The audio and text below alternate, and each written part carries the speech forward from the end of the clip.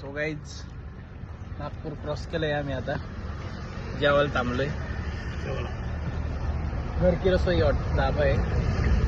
त्यात घरून आलेल्या चपात्या प्रदीप शिंदे आणि एक भाजी काय म्हणले दिलीप भाऊचा इंट्रोड्यूस कर ना. दिलीप व्लॉग मध्ये ये हमारा दोस्त दिलीप इधर का मास्टर शेफ. इन्होंने ये शो भाजी बनाई है. हाँ एमपी कितना दूर है यहाँ से? एमपी कितना? 50 किलोमीटर.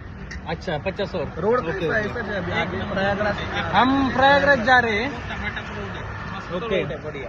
आपको कोई प्रॉब्लम नहीं रहेंगी. ठीक है अभी खाना खा रहे हैं हम. बढ़िया खाना है. खाना बढ़िया है. आप भी विजिट कर सकते हो इस ढाबे राइस को. मिलेगा ना अभी? मामा का ढाबा. चाय चाय पिए. बोलते राइस का. ओके जरूर विजिट कीजिए. तर वाटलं तुला वगैरे हे करा.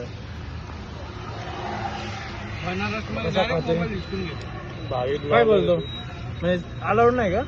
अलाउड आहे. हा. काय केले रागीट आहे. अच्छा असं काय बोललं हे कळलं. घरून भाजी आणली ती मटकी. आता घेतली शेवभाजी. चल रहा है खाना. बरं म्हटलं तुम्ही दोघं बायका घेऊन जायला पाहिजे. बरं तू जाय ना. मला बायको नाही.